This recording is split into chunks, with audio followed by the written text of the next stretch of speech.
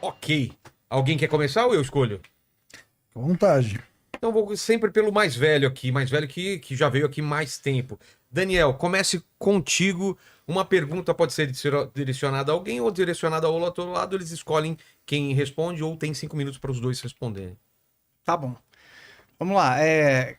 Bom, eu acho que para início de conversa a gente tem que concordar com os termos, as definições básicas, porque não adianta a gente discutir sobre a existência de Deus se o conceito de Deus é diferente para mim, para o chileno, para o Guilherme, para o Israel. A gente vai falar sobre o Deus teísta, o Deus cristão, que é um Deus pessoal, que pensa, que nos ama, que é todo-poderoso, onisciente e assim por diante. Certo? Vou partir dessa ideia básica. Essa é a premissa, né? Então, beleza. Por quê? Porque às vezes a gente tem concepções diferentes e a gente se perde no caminho. A minha pergunta, é importante eu esclarecer isso, porque diante da ideia de que Deus é sumamente bom, nos ama, ele teria então um interesse em estabelecer um contato conosco, em ter essa janela para uma interação, para que a gente não só acredite nele, mas tenha uma relação íntima, uma relação pessoal com ele.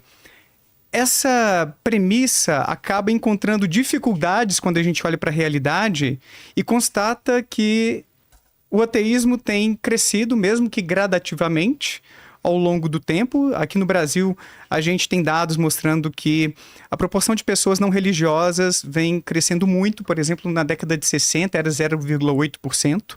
Agora, em 2010, 8% de pessoas não religiosas. Não que todas sejam ateias, mas a gente vem assistindo a essa secularização da sociedade. E quando a gente pensa no Deus cristão em particular, a gente tem 20% da população mundial sendo cristã.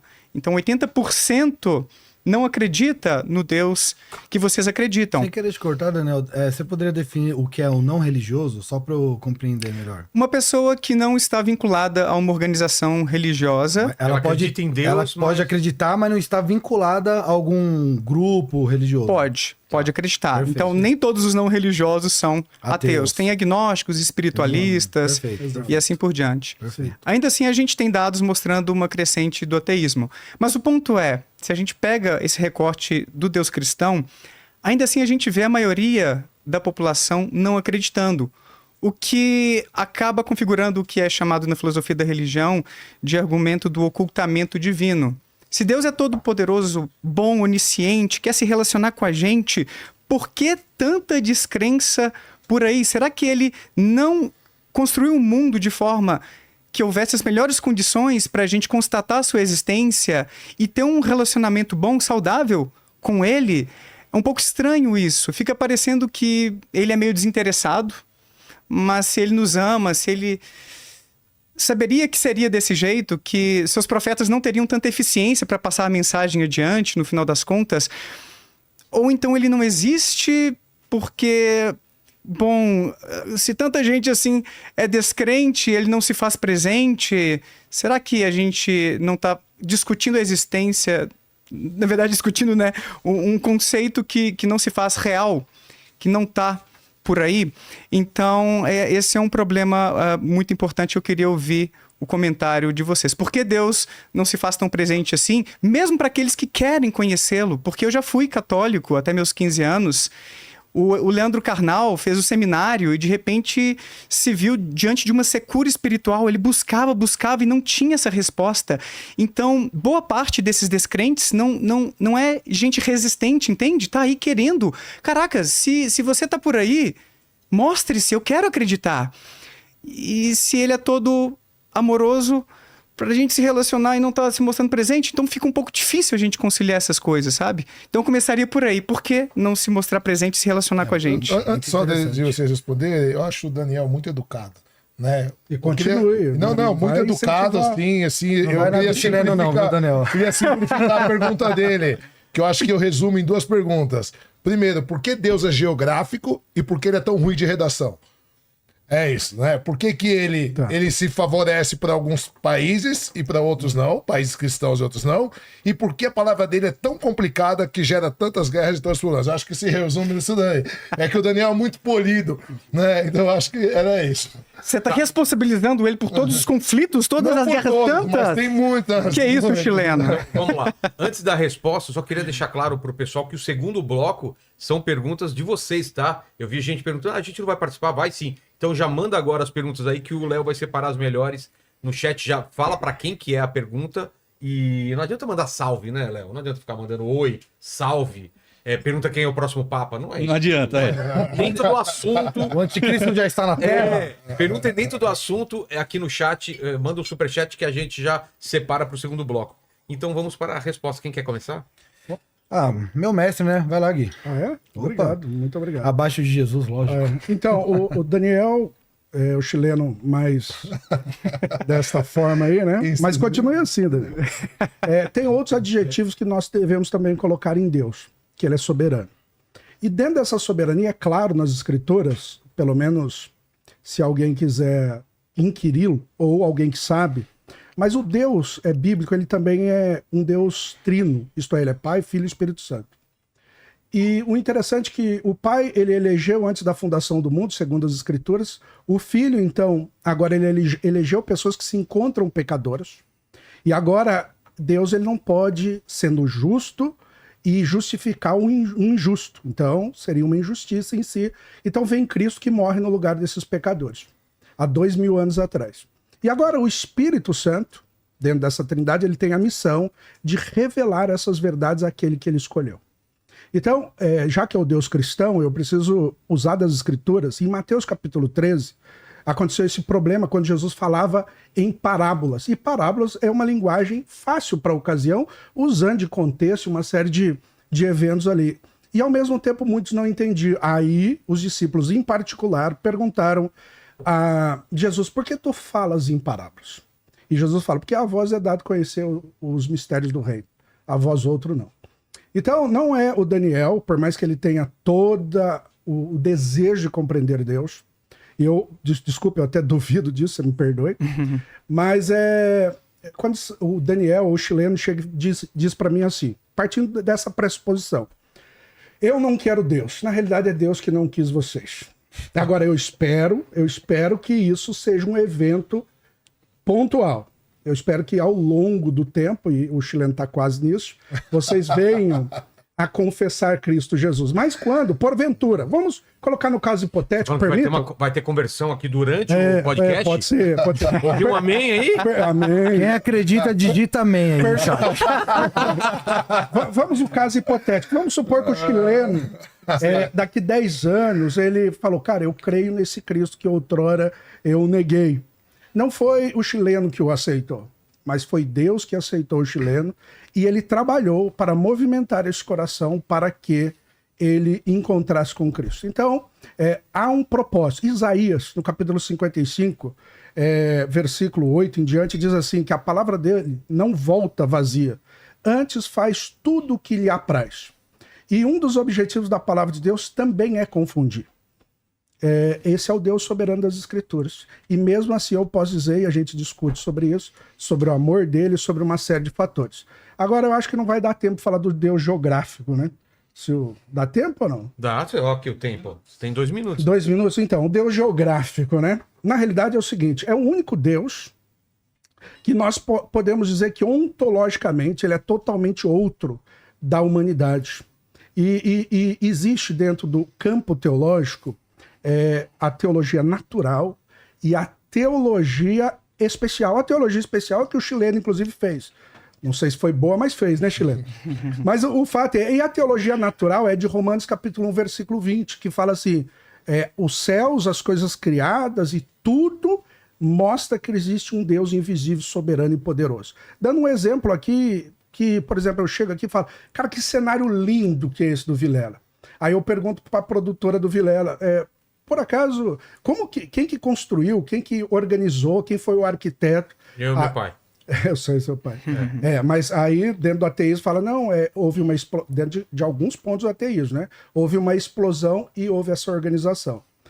Né? Então, assim, o que eu quero dizer de Romanos 1:20 é que Deus, ele se mostra para a humanidade a partir dessa revelação natural. As coisas criadas provam o poder de Deus. Tanto que o número de ateus são bem poucos, embora crescendo por alguns fenômenos e fatores, mas o fato é que este Deus, tanto que Heródoto, que é o pai da história, ele dizia que o que ele encontrou em comum nas nações foi um altar. Então é interessante que as pessoas se reúnem em torno de um altar. Então, antropologicamente, para mim, meu conceito antropológico é que o homem, aquilo que Calvino diz, ele tem os sensos do divino e a semen religione. Isto é, ele tem o senso do divino. Ele quer adorar alguma coisa, ou o criador ou a criatura. E por isso que ele se manifesta religiosamente. Isso é história. Então, já pode aceitar Cristo ou não? Eu gostaria de fazer um comentário rápido. Então, eu não sei se você... Vocês têm 3 minutos para Ah, legal. Eu vou poder responder essa daí também? Então... Ah, eu não entendi. Depois Eu tem pensei mais que era uma- só ele. Não, agora já é. Agora é para perguntar. Cada um. É o tempo pra dupla, né? O tempo pra dupla. Nossa, Agora boiei, vamos mas pra- depois eu pegar um comento ponto então. dele aqui. Posso falar que 3 minutos então para réplica. Ainda dentro dessa problemática do amor divino, eu acho muito estranha a ideia de que um pai todo-poderoso que nos ama escolheria aqueles, que é a minoria, que serão salvos, que terão o ticket para a vida eterna e deixaria a maioria para ou ser destruída, dependendo da perspectiva cristã, ou ranger os dentes eternamente no inferno. Isso não é nada compatível com a ideia de um Deus sumamente bom. Sobre o outro ponto, a respeito de haver um altar em praticamente toda a civilização, existe toda uma linha de estudos na psicologia da religião cujos resultados sugerem que a crença em seres sobrenaturais é um subproduto do nosso cérebro. Porque temos... frontal mais desenvolvido, a necessidade da equação X, né? Onde falta, Mas no mundo a gente que eu compreende. falei, dependendo Então, de onde mas vem. aí, primeiro a gente tem que entender o seguinte, a gente está falando aqui com 2 calvinistas, né? Então, o calvinismo, eles partem do pressuposto que todos nascemos condenados e que Deus escolhe quem ele quer salvar. Né? E aí a gente vai ter, só em religiões ditas cristãs, hoje registradas na academia, 3.880. E o calvinismo é uma delas. Né? Tanto que existe o arminianismo, né? Outro dia a gente estava com o pastor Michel, que eles já não acreditam nisso. Eles acreditam que todos estão sob a benignidade merecida do Senhor, conforme diz as Escrituras, e que todos podem se salvar. Já o calvinismo não. Então a gente está falando com 2 calvinistas dizendo que quem escolhe é Deus. Ou seja, Deus é parcial. Então ele não pode ser todo amor. E nem justo. Porque se ele é parcial, ele escolhe quem ele quer. Ele não combina com a ideia cristã de todo amor, que é o que o Daniel estava falando. Agora, a gente parar para pensar, isso é uma das outras coisas que intriga. Né? E quando a gente fala que os ateus... por que os ateus são minoria? E a gente estava falando antes de começar de ateus espiritualizados.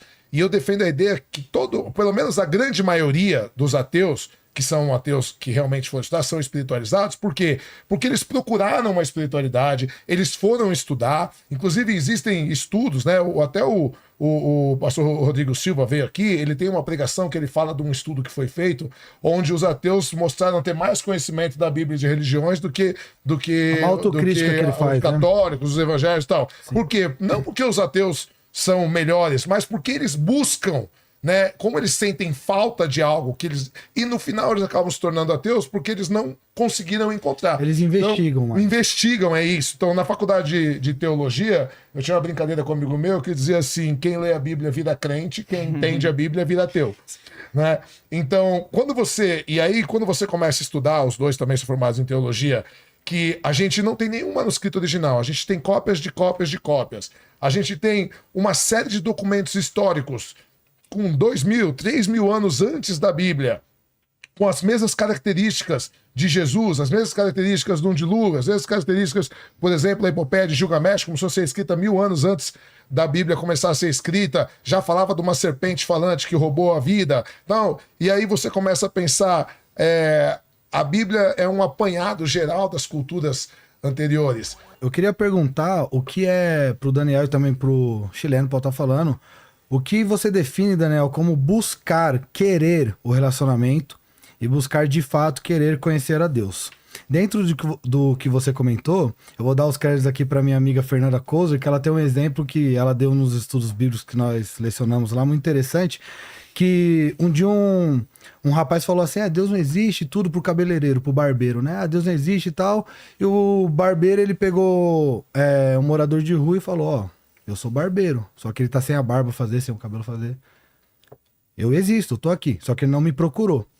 Então, bem didático para ilustrar que o que é procurar a Deus de fato, né? E dentro daquilo que você falou, eu procurei, tem testemunhos, relatos de pessoas que procuraram e tudo e não acharam.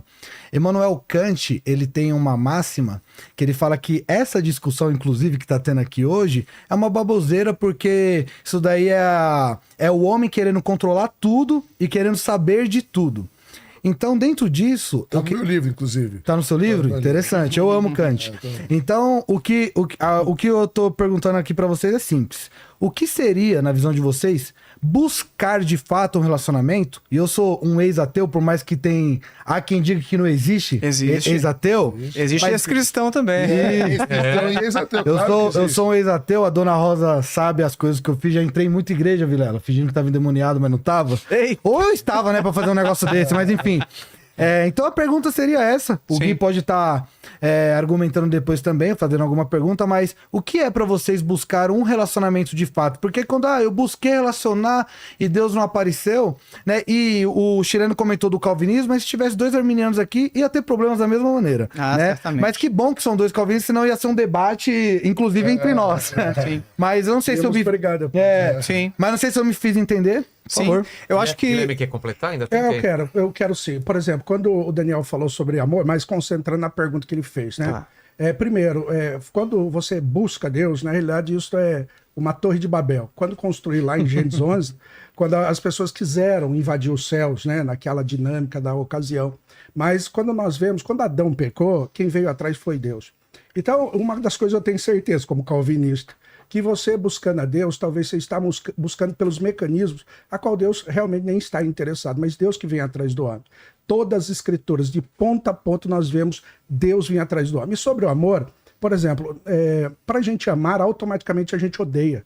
Por exemplo, se alguém sequestra o meu filho e está lá um policial com uma arma para desferir no sequestrador que mantém ele refém, ele vai lá e atira no sequestrador. Isso quer dizer, o cara se odiou o sequestrador. Não, eu falei, ele amou o meu filho. Então, estamos partindo do ponto de vista que o homem está caído, essa é a antropologia, e, portanto, lá em João 3,16, que fala que Deus amou o mundo, ele diz quem ele amou. E no mesmo texto está dizendo que a ira dele se manifesta sobre aqueles que não crêem. Então, Deus, um Deus de amor, automaticamente também é um Deus de ira. Só que o pressuposto da ira de Deus não é sentimentos como o nosso, mas a sua santidade. Então, de repente é utópico a maneira que você buscou esse Deus de amor, porque o Deus que ama também é o Deus que odeia. Uma pessoa bastante empática, você há de concordar que se vir uma injustiça sendo feita, uma criança, por exemplo, apanhando de um adulto de forma cruel, sim, ou sendo abusada, alguma coisa assim, uma pessoa minimamente empática vai intervir, vai fazer alguma coisa em prol daquela criança ou contra aquele abusador. Claro. E a gente tem várias desgraças horrorosas no mundo acontecendo o tempo inteiro. Concordo. E Deus, sendo sumamente bom, ele deveria fazer alguma coisa. Caso contrário, a gente está sendo até mais empático, mais amoroso do que o Todo-Poderoso. Então, e a gente comentário que você faz, e a gente observa. Ele deveria, já parte da premissa que ele não é Deus. Você já fere a soberania dele. Mas você já humaniza Deus. Você já coloca ele do seu lado. Tá tirando, deixa para réplica, né? Beleza, você está tirando do contexto da própria escritura que você defende. Porque olha só, eu faço parte de uma organização anti-pedofilia há muitos anos, né? Então eu já vi coisas horríveis, né? Crianças sendo abusadas, e por pior que seja, infelizmente, quanto menor a criança, maior o grau de parentesco. Pai, avô, tio. Então, assim, são coisas assim horríveis. E aí você fala, qual é o pecado da criança, né? Se Deus é tudo bom. E aí Jesus fala, né? Jesus fala assim, quais de vós, Se o seu filho te pedir um pão, lhe dará uma serpente, ou se te pedir um peixe, lhe dará um escorpião. Se mesmo vós, que sois imperfeitos, sabeis dar boas dádivas, imagina, eu estou usando uma parábola bíblica de Jesus, certo? Então, qual de vós, que seu filho, você não faria boas coisas? Então eu falo hoje, se eu vejo alguém arrastando uma criança para o mato para ser estuprada, tá certo que eu sou faixa preta, fui lutador profissional, tenho 110 quilos, mas mesmo uma mãe de 50 quilos, ela vê alguém arrastando a filha dela, o cara pode ter 2 metros de altura, ela vai se arrebentar com o cara e não vai deixar, certo? Agora, se Deus é onisciente, se Deus é todo poderoso e Deus é todo amor, por que ele está assistindo? Porque se ele é onisciente, ele está assistindo. O dilema de Epicuro. É o paradoxo de Epicuro, 300 anos de Cristo. Ele fala sobre isso. Então, como que ele pode ser todo amor, todo bom e onisciente, se ele está vendo a criança ser estuprada todos os dias? E tem muita criança que aprende com a mãe, que reza, pelo amor de Deus, e ela não é ouvida. Então, essa criança, ela não merece ser atendida? E ainda que a gente encontre, por exemplo, uma defesa do livre-arbítrio, aí a pessoa usando o seu livre-arbítrio fazer uma coisa errada. Vocês não defendem, não né? acreditamos. Então, para os cristãos que defendem, ainda assim a gente vê muito Mas, assim, sofrimento desnecessário. Usa o termo livre agência. Não, é que eles não vão entender. Eles são fracos teologicamente. É que a gente encontra por aí muito sofrimento desnecessário. Mesmo deixando de lado o problema do livre-arbítrio, a gente tem um tsunami que matou mais do que 200 mil pessoas na Indonésia em 2004. A gente tem muito sofrimento no meio animal também, porque Deus não teria criado todos os seres herbívoros, porque tem tanto sofrimento desnecessário. E mesmo quando a gente faz um recorte no Deus cristão, eu acho importante. Imagine que um pai decida arbitrariamente que apenas o seu 4º filho vai se manter vivo, de 4 em 4, e aqueles outros 3 ele vai sacrificar. Esse pai não pode ser um pai assim tão amoroso e empático. O 1º, 2º e 3º, morte. O 4º eu salvo. 5º, 6º, 7º, morte. O 8º eu salvo. É basicamente esse o destino da humanidade. 20% só seriam salvos. Os cristãos, que por sorte, porque nasceram numa família predominantemente cristã, seriam salvos. Mas só os da minha igreja. E tem esse problema também. Tem mais 3.879 que não são da minha igreja. Você está partindo do ponto gnóstico, que a salvação é pelo conhecimento. Mas tudo bem, pode continuar aqui, depois a gente fala. Então, mesmo não sendo assim, eu gostaria que você esclarecesse o seu ponto calvinista, porque para mim nada disso é compatível com a existência de um Deus sumamente bom, todo-poderoso e onisciente que está assistindo a tudo isso.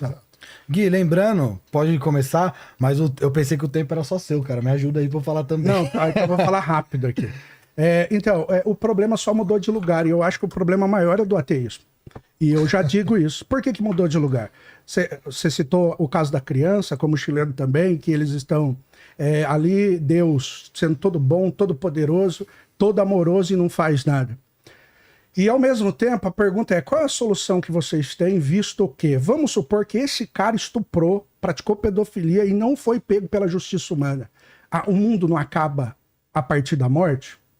Então, para nós, a diferença é que o mundo não acaba aqui.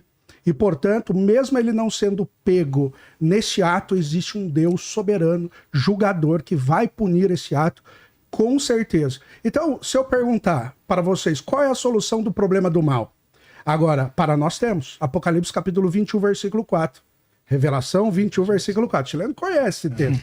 Que Deus limpará dos teus olhos todas as lágrimas, não haverá mais pranto, morte, dor, clamor, porque tudo isso vai passar. Já passaram. Exatamente. Então, assim, por mais que nós não vemos a solução da maneira que queremos, mas haverá solução por causa de transcendência. Mas isso é uma promessa, Gui. Mas não partimos dessa premissa. Então. Mas assim, essa promessa... desculpa, pode falar. Não, pode finalizar. Não, é que senão você não pode falar. É que assim, ó, quando um dos motivos que fez eu ir pro ateísmo foi exatamente esse silogismo. A vida que eu vivi. Eu cheguei na minha mãe um dia, eu falei, mãe, a gente não tem 10 centavos para comprar um pão. Cadê Deus? Não é possível. Minha mãe pegou arroz papado, fez bolinho de arroz e eu comi com água. Eu dormi por 7 anos num sofá. Eu e as minhas irmãs, nós não temos medo de rato. Rato é algo normal. Favela do Aricanduva. Essa foi a minha realidade. Cadê Deus? Onde está Deus? E aí, na época, eu tava me profissionalizando no futebol, só que ainda muito pobre, e eu vi os caras chegando de Mercedes, dos carros que... Eu não tinha nem o videogame pra jogar aquele carro, eu tava vendo os caras no carro físico ali, eu falava, cadê Deus? Quando você parte dessa primícia de, como o Guilherme falou, de se limitar só esse tempo, só o aqui, o agora, D.A. Carson, na sua teologia sistemática, ele trabalha com a ideia do já e o ainda não, e... Eu queria também que você trabalhasse a questão de esperança, que você falou como se fosse algo limitado, a promessa, algo não muito bom, e não. Então, quando nós pensamos num pós-vida, em uma eternidade com Deus, o sofrimento aqui, Deus ele tem os seus desígnios, os seus decretos, e eu não consigo colocar e compreender de maneira cabal Deus, porque senão ele não seria Deus. Então um ato de humildade, por isso que eu falei de Kant, um ato de humildade é eu colocar a minha vida nas mãos dele e independente do que aconteça, saber que ele está no controle de todas as coisas. Isso é fé e é difícil de compreender. Eu entendo o seu argumento porque eu já argumentei, já questionei dessa maneira. Você faz, Chileno? Segunda pergunta. Eu queria fazer uma pergunta, embora eu já dei uma pincelada no começo, sobre a validação da Bíblia, né? Então, primeiro, a Bíblia é um livro que não foi escrito para nós, ela foi escrito para o povo judeu, né? Então é um livro completamente anacrônico, porque ele terminou de ser escrito há 2000 anos atrás num mundo completamente diferente.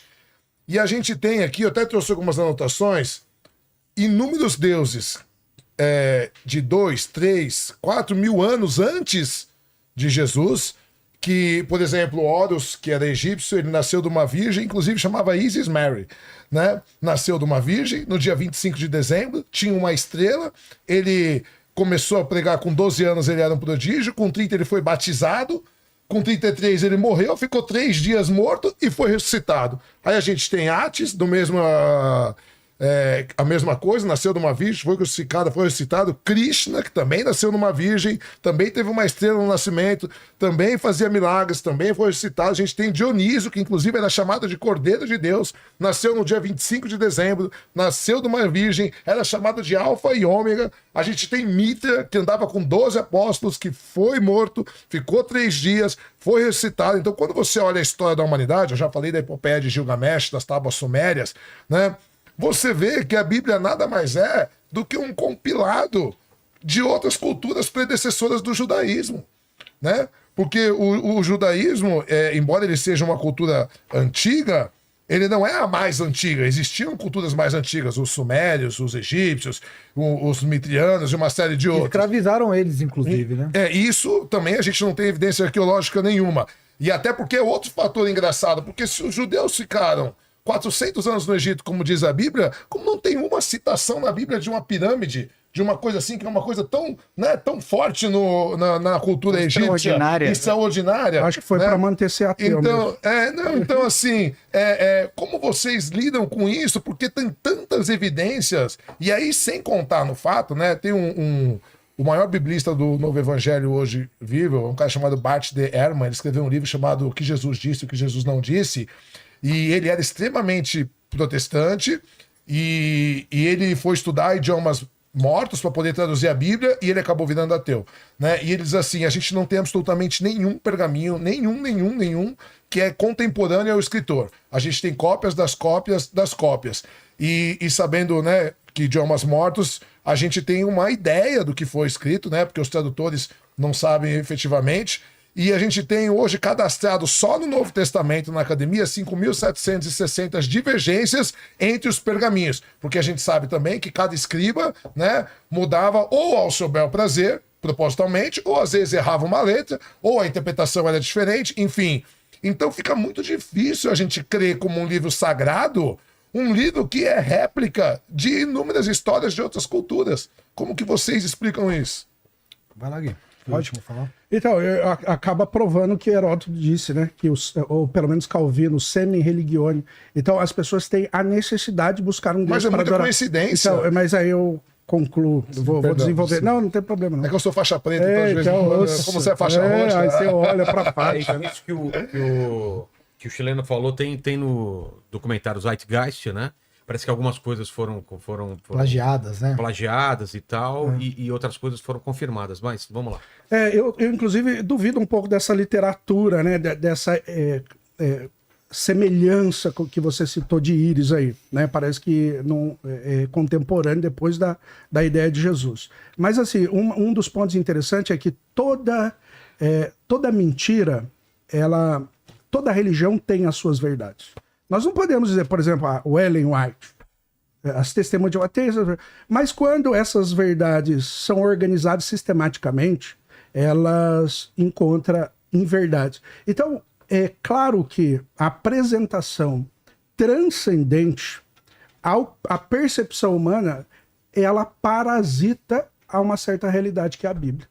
Então, assim, por isso que nós vamos ver eventos semelhantes aos dos judeus cristãos depois, justamente por causa dessa parasitação que eles fazem desse ideal de Salvador.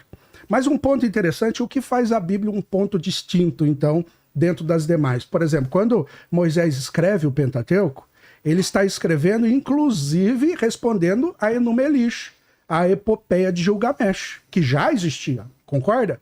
Mas o 1000 anos antes. 1000 anos antes. Mas olha que coisa interessante. Se você lê essas literaturas, como qualquer outra, inclusive qualquer construção mitológica, nada mais são que meras expressões psicológicas do que o ser humano tem. Exatamente. Então não, mas como o cristianismo.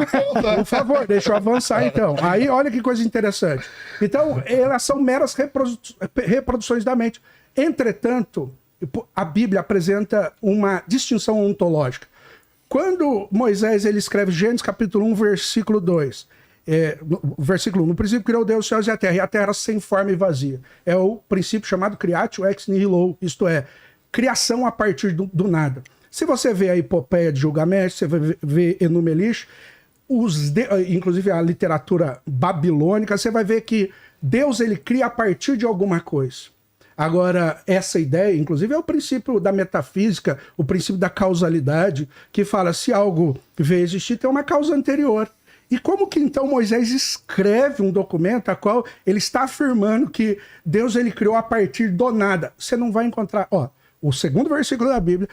Então, por isso que eu estou dizendo, meras reproduções psicológicas do que o ser humano é, entretanto, alguém chegaria a falar, mas como é que você difundiu, ou elaborou, ou refletiu, ou filosofou sobre essa ideia, visto que nós não temos o princípio da causalidade ali, que é o que Tomás de Aquino falou, né? Que é o motor que move todas as coisas, né? Potenciato não é PA, mas é ato puro primeiro, para que depois haja potência e a sequência desse movimento.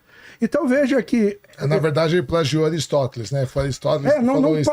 Não, mas ele não plagiou, não. Não, como não? Motor de móvel, inclusive até o nome foi Aristóteles que deu. Mas ele cristianizou Aristóteles. Isso, a teologia dele. Não, isso a gente sabe disso, século XII, XIII, XI, que nós estamos falando da escolástica, claro, né? O racionalismo, o conceitualismo. Enquanto na patrística eles olhavam mais para Platão, né? Na escolástica eles olhavam mais para Aristóteles. Inclusive não só os católicos, inclusive os muçulmanos também, né? Perfeito. Também... Na realidade, Tomás de Aquino ele foi estudar com quem na Espanha? Al-Ghazali, que era, era um teólogo islâmico. Então ele pegou Aristóteles. E claro que ele fez a teologia de Aristóteles. Inclusive, eu não concordo com tudo. Mas o que eu estou dizendo é que ele admitiu estar utilizando, que ele era fã de Aristóteles por causa de Al-Ghazali. Então, o que eu quero dizer é isso. Então, a Bíblia ela mostra eventos ou apresenta circunstâncias, situações a qual nós não temos analogia. O ser humano é analógico. Você concorda comigo? Então, esses pontos é admirável. Faz uma literatura. Ou Deus revelou, ou aquilo não poderia ser um conceito humano. Como que vocês veem a questão da tradição oral do judeu? Porque se a gente for focar só na escrita, a gente também tem que entender o que foi passado de pai para filho e assim sucessivamente. A gente não precisa nem ir longe. Quantas histórias tem no Brasil que foi se tornar escrita só depois? Que a tradição oral já tinha. Contos do Nordeste, minha família é nordestina. Vários contos, minha mãe relata, que foi ser escrito só depois, que já é bem mais antigo. Então você usar alguns... o pessoal pega, ó aqui, ó, o dilúvio de vocês, ó aqui a serpente e Mas tal. isso não tem no cristianismo. Por mais que os manuscritos sejam encontrados, na realidade a literatura se mostra que, por exemplo, quando Paulo escreve a igreja de Tessalônica, Jesus tinha ressuscitado pelo menos 20 a 11 anos. Então é muito próximo você construir uma mitologia. Pelo menos você precisa de outras gerações para que se construa isso. O problema é o telefone sem fio. Não, então vamos lá, acabou o tempo, agora já é os 3 minutos de réplica. Manda bala aí. Tá. Então existe um grande problema aí, que é o telefone sem fio. Se os primeiros textos cristãos foram escritos 10, 15 ou 20 anos depois, pelo menos, com Paulo, você já tem um gap onde a mensagem pode ter sido distorcida inúmeras vezes. É porque Paulo não conheceu Jesus. Paulo não conheceu Jesus, ele teve contato com seguidores de Jesus, conforme que a gente encontra em suas cartas. Então a gente tem um problema aí de confiabilidade dessa mensagem. Outra coisa, mesmo a gente considerando os textos, eles foram adulterados, conforme as estimativas do Bart Ehrman, 400 mil vezes, quando os autores levantaram diferenças entre manuscritos os mais antigos. Tudo bem que a maioria dessas adulterações ou modificações não trouxeram grandes prejuízos teológicos, Sim. mas que bom. outras adulterações sim. Por exemplo, em 1ª Epístola de João, capítulo 5, a gente encontra, se não me falha a memória, no versículo 7, o único versículo que é uma base bíblica explícita para a doutrina da Santíssima Trindade. Veja, a única afirmação explícita para a doutrina da Santíssima Trindade. Sabe qual que é o problema desse versículo? Ou de 2 versículos que compõem essa ideia? É que foram interpolações, foram adulterações sofridas pelo texto tardiamente. As primeiras versões desse texto não continham esse versículo. Então o problema que a gente está trazendo é que a Bíblia, embora possa ter algum lastro histórico de alguma coisa, talvez a existência Ela de Jesus... é muito mais mitológica do que outra muito coisa. mais E quando mitológica. a gente fala de tradição oral, você perguntou a tradição dos judeus, por exemplo, vou te dar um exemplo. Para os judeus, na tradição oral, Eva não foi a primeira mulher criada por Deus. Não todas as linhas. Lilith, mas não você todas. falando, você perguntou para mim da tradição oral. Ok, mas existe a tradição oral dos judeus que Eva não foi a primeira. Tanto que no capítulo 1 de Gênesis, Deus diz que Deus pegou o do barro, formou, macho e fêmea os criou, certo? E depois no capítulo 2 diz que ele fez Adão dormir, tirar e tal. E aí a tradição oral dos judeus diz que ela não se submetia, foi expulsa, e aí por isso que Adão fala, essa sim é carne da minha carne. Outra coisa, a tradição oral, ela admitia uma série de outras coisas, como que Jeová tinha uma consorte, tinha uma mulher, né? Então, no princípio do judaísmo, não era um monoteísmo. Ele era, tanto que a gente tem o maior biblista do Velho Testamento vivo hoje, é um cara chamado Mauro Biglínio. Ele foi contratado pela editora São Paulo do Vaticano para traduzir 29 livros. E pediram para ele fazer a tradução mais fiel possível. E quando ele saiu, ele escreveu um livro chamado A Bíblia Não É um Livro Sagrado. Inclusive, acho que o Fábio Elim veio aqui, que é amigo meu, junto com o Lael, eles falaram sobre o Mauro Biglínio. E hoje ele anda com segurança, porque ele falou que a Bíblia não fala de pecado original, a Bíblia não fala uma série de coisas. E no começo, o próprio judaísmo não era monoteísta.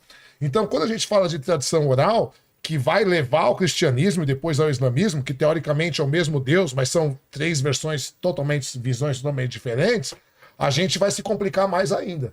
Questão do bem e do mal, né? Eu queria saber como vocês lidam com a questão do bem e do mal. E partindo da premissa que talvez vocês vão falar que o mal é a prova de que Deus não existe, porque ele tem poder de cessar o mal, né? Eu queria saber como vocês lidam com a questão do bem e do mal, e se o mal não existisse, vocês entenderiam a figura de Deus como existente. Se fosse um mundo só com o bem, sem o mal. Se existiria a possibilidade de existir Deus. Por quê?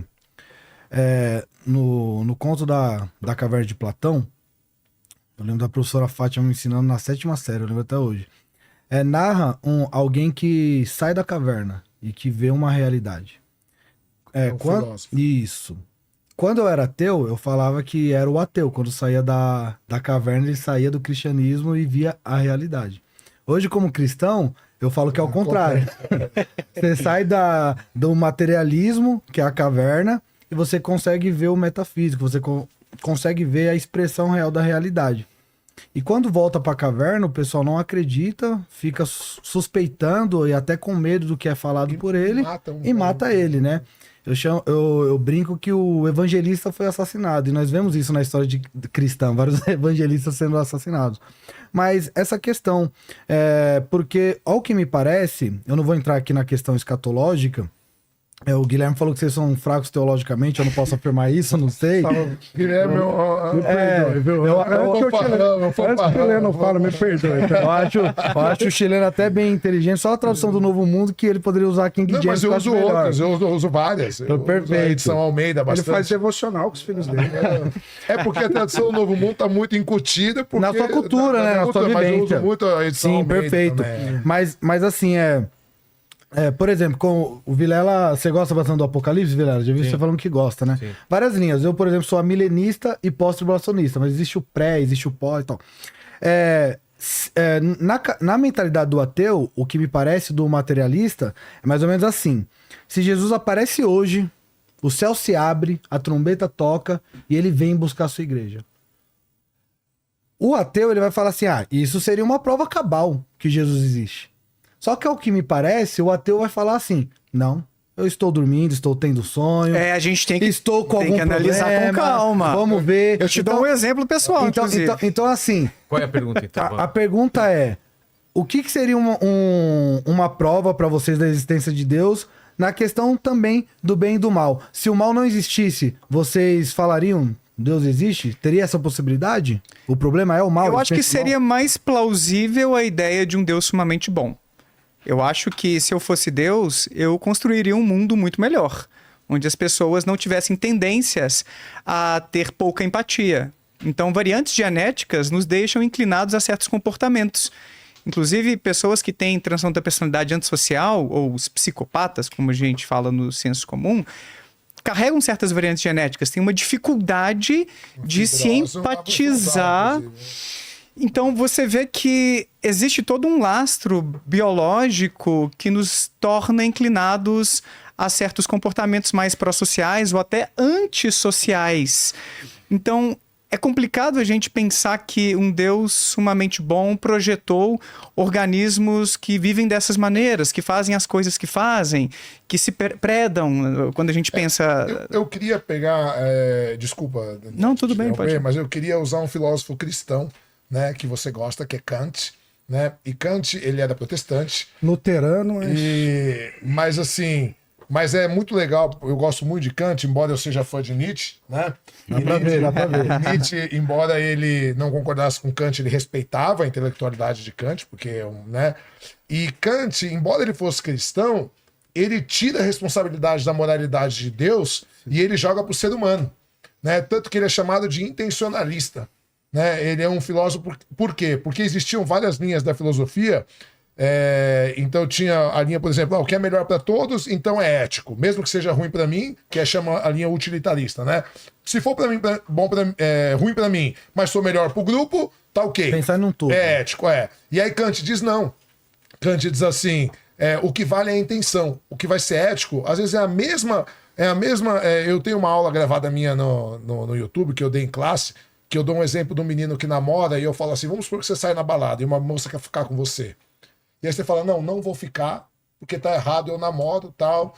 Então isso para Kant ele chama de agir por dever, certo? Então você foi ético. Mas vamos supor uma mesma situação, e você fala assim, não vou ficar com ela, eu até queria, mas se alguém descobre, se alguém conta pra minha namorada, eu vou, né, ela pode acabar comigo, tal, e ele não fica. Na verdade, ele não ficou em nenhuma das duas situações, mas na segunda situação ele não foi ético, porque ele agiu segundo o dever, diz Kant. Então Kant ele traz pra gente, ele tira essa moralidade de Deus e ele traz pra gente exatamente o que a gente defende, que é a moralidade secular. Agora a gente tem que fazer uma distinção de uma coisa que você falou. Ateu, o prefixo, o que as pessoas confundem muito? O ateísmo ele não pressupõe dogma, né? Então o prefixo a do grego quer dizer negação e tel quer dizer Deus. E teísmo é a crença em Deus. Então o ateu ele só não vê evidência de um Deus. O que não quer dizer que ele nega a possibilidade. Entende? Então tem muita gente que fala, não, o ateu não faz isso, o ateu faz aquilo. Cara, não, o ateu só diz assim, não acredita em Deus. Só que ele não nega. Se aparecer uma prova concreta, o que seria uma prova concreta? Seria uma prova que a gente consegue ter contraprova, né? Como funciona na comunidade científica. Você publica um estudo, você divulga o método de estudo, outros cientistas pegam aquele estudo, replicam, o resultado é o mesmo, faz a contraprova, aí se torna um fato científico. Deixa de ser uma hipótese, uma teoria é uma hipótese que é comprovada matematicamente e vira um fato científico quando empiristicamente outros conseguem replicar. E isso é uma prova. Então o ateu, ele não vê evidência de Deus, o que não quer dizer que ele nega a possibilidade. Por quê? Porque quando a gente fala de Deus, de alma, de inferno, de reencarnação, seja o que for, a gente está falando de metafísica. Sim. Primeiro a usar esse termo foi Aristóteles, 350 a.C. O prefixo meta do grego quer dizer além, e physis é o que é físico. E tudo que é metafísica é improvável. Improvável não no termo estatístico, no sentido de não poder ser provado. Por quê? Porque está além do plano físico. Depende. Então, eu discordo de você imparcialmente. Por quê? Isso mesmo. Porque eu ia perguntar isso pro Daniel, porque pelo que eu pesquisei dele, eu ia falar, tá incontrido com o que o Xereno tá falando. Mas isso é ótimo, a gente não é obrigado. Sim, mas assim, é interessante o que o Xereno falou, porque o Aristóteles, o pai da lógica, ele diz, né, nem tudo que é certo é lógico, e nem tudo que é lógico é certo. É esse é partindo desse princípio que eu quero trazer para vocês. Quando vocês falam de Deus, eu também já fiz esses questionamentos, limitar o Deus à compreensão humana.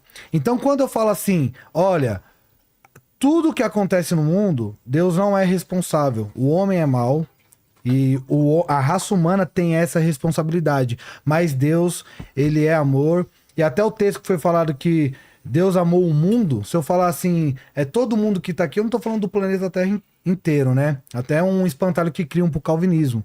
Mas essa questão não é nem de calvinismo arminiano, é uma questão simples. Se eu enxergar a Deus com a minha cabeça, ele já deixou de ser o Deus da Bíblia. E aí eu tô criando um Deus humano, eu tô criando um Deus igual eu, e eu tô sendo um Deus. Deus brasileiro. O Deus brasileiro que nós comentávamos em off. Então, pode falar, Daniel. Mas nessa questão que eu tô falando, as suas perguntas, eu entendo elas. Sim. Mas não é pertinente ao que a Bíblia fala de Deus e ao Deus bíblico. O Deus soberano que eu acredito não é um Deus que essas perguntas cabem a ele. E eu, como cristão, eu tenho que entender a minha limitação, saca? Eu vou voltar depois no tema sobre como a ciência pode lançar alguma luz sobre essas questões metafísicas. Talvez a gente discorde um pouquinho disso, mas pode ser bem legal falar um pouco sobre esses estudos científicos. Perfeito. Mas dentro desse tema que você mencionou rapidamente no final, sobre ser um Deus soberano, um Deus incognoscível em grande medida, ou seja, não dá pra gente entender plenamente seus desígnios, suas intenções e tudo. Não é esse Deus tão humanizado como a gente coloca, talvez. Limitei o homem à compreensão plena. Sim, a gente é super limitado para compreendê-lo e tudo. Eu acho que se a gente tem uma limitação tão grande assim para compreendê-lo, a gente não poderia se arrogar a ter algum conhecimento. Eu acho um pouco complicado isso. Como que a gente tem tanta convicção sobre uma entidade tão desconhecida, tão misteriosa? Eu acho isso um pouco estranho. O segundo ponto é que isso abre margem para algumas coisas, alguns paralelos bem interessantes. Imagine que eu dissesse para vocês que existe uma espécie alienígena sofisticadíssima, ultra avançada tecnologicamente, que plantou a vida na Terra e mexeu todos os pauzinhos para poder guiar a evolução até a gente chegar aonde a gente chegou. Eles querem o nosso bem. Eles estão arquitetando tudo para que no momento correto eles apareçam por aqui e salvem a humanidade. Inclusive aqueles mais questionadores, aqueles que buscaram racionalmente as respostas para grandes questões existenciais e não se acomodaram em algumas respostas da tradição, eles terão um lugar especial no reino vindouro dessa espécie alienígena. Livro, né? Tem um livro, né? São os deuses astronautas. Mas eu não li, eu não tô tirando daí. Fala sobre isso. Imagina então que eles vão inclusive ressuscitar, porque eles têm uma tecnologia ultra avançada, aqueles que morreram, principalmente, mais uma vez, aqueles que foram os mais questionadores, os filósofos, os grandes intelectuais que não se acomodaram e estavam ali o tempo inteiro em busca das respostas. Então, a menor parte da sociedade que está como os filósofos em busca, e tudo bem que existe muito dogma na filosofia também, né? existe. Mas os céticos de forma geral, vamos colocar assim, eles terão esse ticket especial nesse reino Camarote, alienígena, camarote. Olha que ideia absurda, dá vontade de rir disso, né? É uma ideia absurda realmente, por isso que a Bíblia não fala disso, né? E é justamente assim que a gente enxerga de fora. É essa narrativa de vocês, só que eu tô colocando aqui numa caricatura alienígena Sim. para vocês entenderem que a gente tem tantas evidências dessa versão, dessa narrativa de vocês, quanto dessa narrativa alienígena. Claro. É que a gente, sem querer, está partindo de um apofatismo. Ou assim, colocando de alguma forma, de repente vocês estão compreendendo assim, o apofatismo seria a teologia oriental que prefere não investigar profundamente para colocar o Deus que se torna uma falácia, o Deus da lacuna, onde eu não explico tem um Deus da lacuna. Não, Deus se revelou, de fato, nós temos capacidade de compreendê-lo, tanto, como eu disse no início, o problema é o objeto, ou pelo menos a ferramenta ao estudar o objeto. Nunca, mas pode ter certeza que não. Eu até compartilho da ideia de metafísica do chileno, e a metafísica é ontologia. Mas a diferença é que a metafísica é estudar a natureza do ser, entretanto, o arqueio. Aristóteles chegou pela razão que existe, sem Bíblia, sem nada. Ele não chegou à ideia de pelo menos um teísmo. Agora, a ferramenta para estudar o objeto é completamente equivocada, não faz nem sentido, porque senão é um cientificismo. O que significa isso? Que a ciência, só ela, tem a capacidade de responder a todas as questões da vida.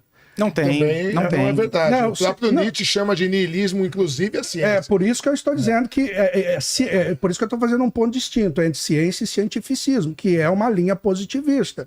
Agora, por exemplo, a ferramenta, por exemplo, a estrutura investigativa da ciência, que é a metodologia científica, ela por si só já está dizendo, olha, isto não cabe a mim. Então, o chileno nunca vai encontrar Deus a partir da metodologia científica, porque o objetivo da metodologia científica é estudar o que é matéria, o que é física, e Deus transcende, então tem que ser metafísico. Então, essa discussão de provar Deus pela ciência, ele não chega a lugar nenhum. Kant estava certo. E eu, inclusive, discordo de Kant, de Nietzsche, eu vou brigar com todo mundo aqui, né? Eu acho que o grande problema foi Kant, de tentar fazer ele até me ajuda, o juízo de valor a priori, né? Que é a questão que criou o subjetivismo, que ele tentou resolver Descartes, mas Locke, fazer a síntese, ele acabou com o Ocidente a partir disso. Inclusive, no meu livro tem um capítulo que chama O Modernismo de Immanuel Kant, porque Kant ele tenta realmente fazer uma atualização, porque quando acaba a Idade Média, né? Quando acaba a Idade Média, que isso já é bastante interessante, porque foi 1000 anos de dominação absoluta do cristianismo, né? E é conhecido na história por Idade das Trevas, né? O iluminismo que deu essa ideia. Então, e aí mas você gosta de Aristóteles ali, de Tomás de Aquino. Amo, gosto, então, inclusive gosto de Jesus. Adoro também. A pessoa fala assim, pô, mas você é ateu, você usa... Você adora Jesus? Eu gosto muito de Jesus. Não adora, você aceitou Jesus agora. Eu adoro, tem muita coisa que ele fala, nossa, só não acredito que ele seja filho de Deus. Acredito que existiu um Jesus, líder judaico, histórico, acredito. Agora que ele foi filho de Deus, 6 milagres, isso perfeito. Nasceu com isso pra mim, não tô nasceu falando mal, pra mim isso nasceu com as eras. Mas o que acontece? Quando a gente pega, logo depois das trevas, da Idade Média, nasce o Renascimento, né? E muita gente estuda e pouca gente sabe renascimento do quê?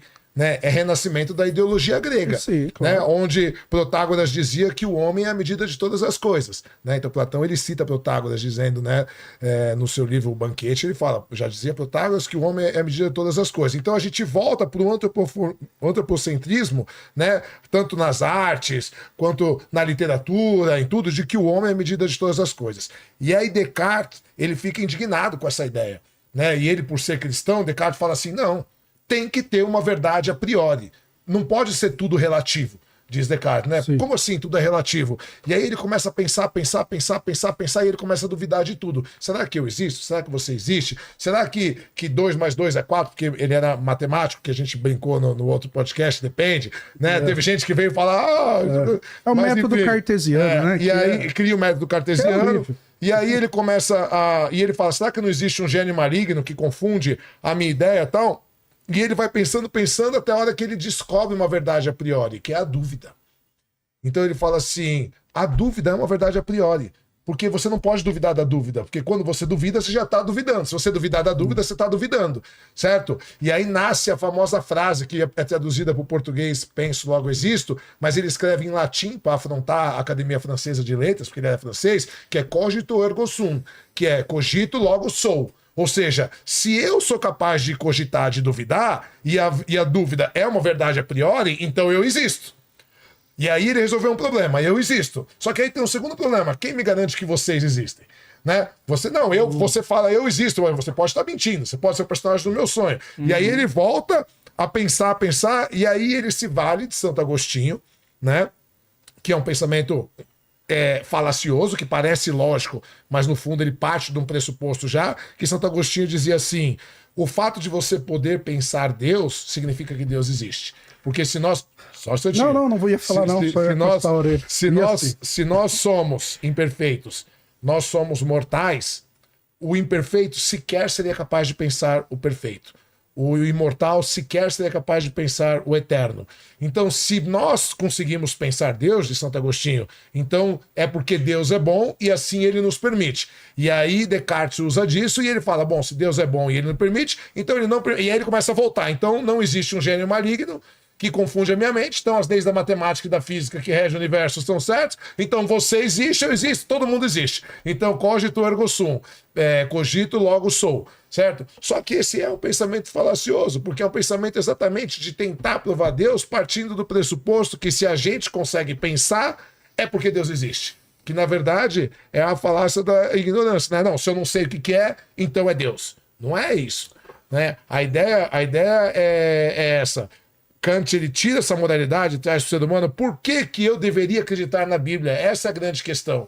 Por que nós deveríamos acreditar na Bíblia? Como você prova Deus sem usar o seu livro sagrado? Porque eu posso usar o Alcorão, eu posso usar os Vedas, eu posso usar qualquer outro livro sagrado para tentar provar outros deuses. Então, repete aí resumidamente. Por que a gente... Porque, dados todos esses dados que eu falei dos filósofos, né? Por que a gente tem que acreditar no Deus da Bíblia se existem inúmeros outros livros sagrados que defendem a ideia de outros deuses? Né? E a gente já viu, inclusive, livros mais antigos que a Bíblia falando de outros deuses, inclusive coisas semelhantes à Bíblia, e a gente tem o Alcorão, a gente tem os Vedas, a gente tem... Como que vocês provam Deus sem usar a Bíblia, sendo que a gente não acredita na Bíblia? Então a Bíblia não pode ser parâmetro, a gente tem que partir do mesmo pressuposto. Sim, né? sim. Então por que a gente tem que acreditar no Deus da Bíblia? Lembra que eu iniciei falando o que vocês tinham de ideia como se relacionar? Porque você até falou da piadinha que você fazia lá na faculdade e tudo.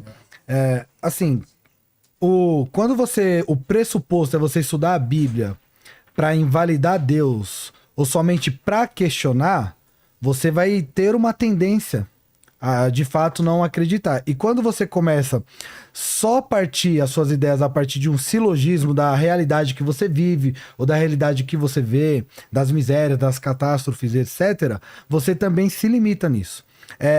A ausência de evidência não necessariamente significa que é a evidência da ausência.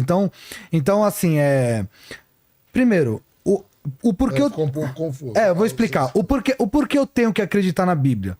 Você não tem que acreditar, você não é obrigado. Agora, você pode experimentar, você pode relacionar e ver na prática. O instrumento da verdade científica é o experimento. Você faz experimento lá, você vai... Agora, o instrumento da verdade teológica é a Bíblia. Eu acredito ela como a santa palavra de Deus, a revelação de Deus, e eu creio que ela é inerrante. E saindo um pouco da filosofia, indo para a prática, sendo mais prático, mais pragmático nessa questão. Pega qualquer livro, pega Aristóteles, Platão, pega o Kant, que eu não defendo ele 100%, se tem uma frase apenas, e coloca em um presídio. Vou dar um exemplo micro para a gente entender o macro aqui. Cara, daqui a um ano, Não aconteceu nada. Ninguém leu, nem sequer se interessou. Agora coloca uma Bíblia lá dentro. Que livro é esse? Que as pessoas leem, às vezes até para questionar, e algo acontece, é transformador.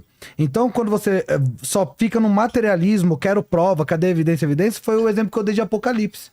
Pode acontecer o mais sobrenatural possível. Qualquer evento sobrenatural, você vai ver, você Não, vai se falar. Jesus abrir o céu e arrebatar aqui, eu vou acreditar. Não, você não vai. Você vai falar. Você tá decidindo que Você- eu vou... Não, pela fala de vocês e pela Não, questão não. materialista, você vai falar, Vilela Não, colocou não foi o alguma que eu coisa falei. aqui na Eu água. falei que a gente não nega a possibilidade. Sim. Eu vou dar um exemplo de por que a gente deve Você duvidar tinha até discordado disso. um pouco de negar a possibilidade, né? Ou Mas não? é da metafísica. Concorde De outra aí. coisa. Mas nessa questão, você nega a possibilidade? De o que? Jesus aparecer? De existir Deus. Não, é possível. É possível? Sim, eu admito a possibilidade. Perfeito. Eu admito É. a possibilidade. Sobre essa questão, esse argumento, aproveitar agora, porque o chileno, ele toda hora falava que isso é falacioso, porque eu citava alguém, ele falava que outra pessoa que citou. Esse argumento de Agostinho, ele está mais rebuscado em Santo Anselmo da Cantuária, na Escolástica. Que, inclusive, foi professor de Santo Agostinho. Não, é século XII, Santo Anselmo da Cantuária. Agostinho é perdão. quinto. Não, Agostinho é terceiro século. Ó, escutou, ele Terceiro pediu século, perdão, né? Agostinho, perdão. Agostinho é Atos falhos. quarto, quinto, né? Não, 200 e... Não. Agostinho escreve Cidade de Deus por volta do ano 560, quando há a queda de 560, não, 470, Cidade Bom, de Deus para enfim, responder. vamos lá. Beleza. Então, esse argumento ele é mais rebuscado. Por exemplo, a pergunta e é complicado, é um argumento ontológico, que ele fala, pense em algo maior que sua mente pode pensar, com todas as qualidades possíveis. É Deus. Né? E aí ele fala assim, pelo simples fato de você pensar nele com todas as qualidades possíveis, a necessidade dele existir na realidade. Porque faltaria ali um atributo essencial a ele ter todas as qualidades. Qual é o atributo que faltaria? A existência. Então, é interessante. Concorda que é interessante o argumento? Sim, não. Eu não Então, tenho o que falar. Eu acho que os caras uns puta sim, monstros. então, Mesmo que eu não concorde 100%. Mas Tomás ficou revoltado com esse argumento. Tomás de Aquino ficou revoltado. Mas a ideia é que aí alguém fala assim, por que nós pensamos em alguém com todas as qualidades do Deus da Bíblia, ou qualquer Deus, sei lá, mas em contrapartida nós não detemos todas essas qualidades, e por que nos faz pensar, visto que seria melhor não pensar? Mas pelo simples fato de você pensar, a realidade é maior que o pensamento. Entretanto, há necessidade dele existir, porque faltaria um atributo para que todos os outros viessem a ser, que é a existência. Então, repare que é um argumento interessante, e depois Leibniz vai desenvolver ele de uma forma maravilhosa. Mas agora, café para todos? Eu acho que Só para quem pediu, hein? Ele é assessor? Deus ele provê todas as coisas. Aí, voltando graças a Darwin. Olha que coisa, Darwin é bom o tempo todo. olha que coisa interessante. Por que a Bíblia, por exemplo, o Daniel falou sobre esse literalista aí, ou esse literário, ele provou ou escreveu sobre a falsiabilidade ou os manuscritos ser falsos. Mas é muito difícil. Por exemplo, do Novo Testamento, só em grego, existe mais de 5.000 manuscritos, quase 6.000. E aí alguém fala assim, mas adulteraram a Bíblia. Mas não existe original. Qual é o parâmetro? Mas a gente tem textos Divergências. mais Espera só um pouquinho. antigos. Terminou a resposta? Agora vamos para Era a resposta? Era a resposta. Agora, Beleza. réplicas. Nossa. Qual que era a pergunta inicial mesmo? Pergunta, por que Da que eu Bíblia. tenho Ah, que tá. acreditar na Bíblia? Por que eu tenho que acreditar no Deus bíblico se eu tenho isso outros eu ia livros falar. sagrados? A gente Você não responde, tem, a gente não tem os originais, mas a gente tem textos de diferentes datas, e quando a gente compara esses textos de diferentes datas, isso eu aprendi com os amigos historiadores, a gente vê as divergências entre eles, sugerindo que com o passar do tempo, por tensões políticas, teológicas, houve algumas adulterações, e aí a gente tem evidências de que a Bíblia que chegou até nós não é exatamente aquela, ou aqueles livros que Mas foram não é assim. originalmente escritos. Você está equivocado nisso, eu não sei qual é a fonte bibliográfica. Não, eu tenho uma Bíblia NVI, a Bíblia Arqueológica de Estudo, que a minha sogra, pastora, me deu de presente na esperança de Sim, que eu lesse e me convertesse, mas que piorou o negócio. Por quê? Porque ela traz inúmeras notas de rodapé explicando isso tudo. Cara, esses versículos aqui não constam nos textos mais antigos, Por exemplo, sugerindo final que de Marcos. Final de Marcos, Não 12 existe. últimos versículos. Como Não você existe. disse da Trindade, eu também concordo que não. Sim. Ou pode ser que os Então você concorda que os ateus estão certos? Pronto. acabou o podcast. Pode ser que os manuscritos antigos eles foram deteriorando e foram acrescentados naquelas tradições orais. Ele não uma falou que não possibilidade. concorda, que não existe, Não, o que... o que acontece? Por exemplo, quando você usa. Depende da filosofia da tradução.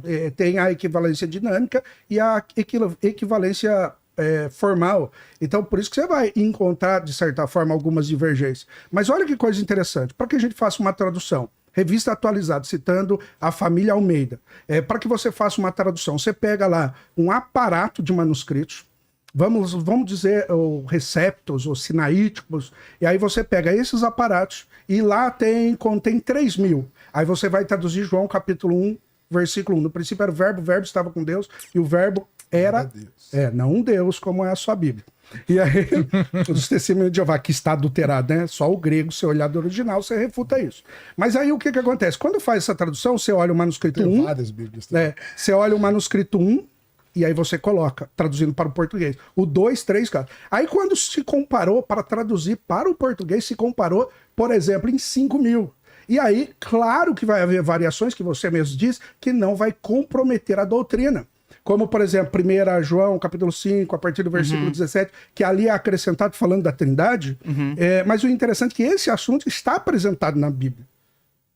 Não de forma explícita. Não, conceito Mas o conceito é subjetivo, eu posso Exato. entender de outra maneira. Não. Aí depende Não da sua necessariamente. hermenêutica. Então, é isso, é essa a questão. Por exemplo, é isso que eu falo. você fez teologia, Sim. Mateus capítulo 3, Mas- quando fala lá que Jesus está lá, aí a pomba, o Espírito Santo desce ali, uma voz do alto, esse é meu filho amado, a quem eu me Se ele é meu comprazo. filho, como ele sou eu?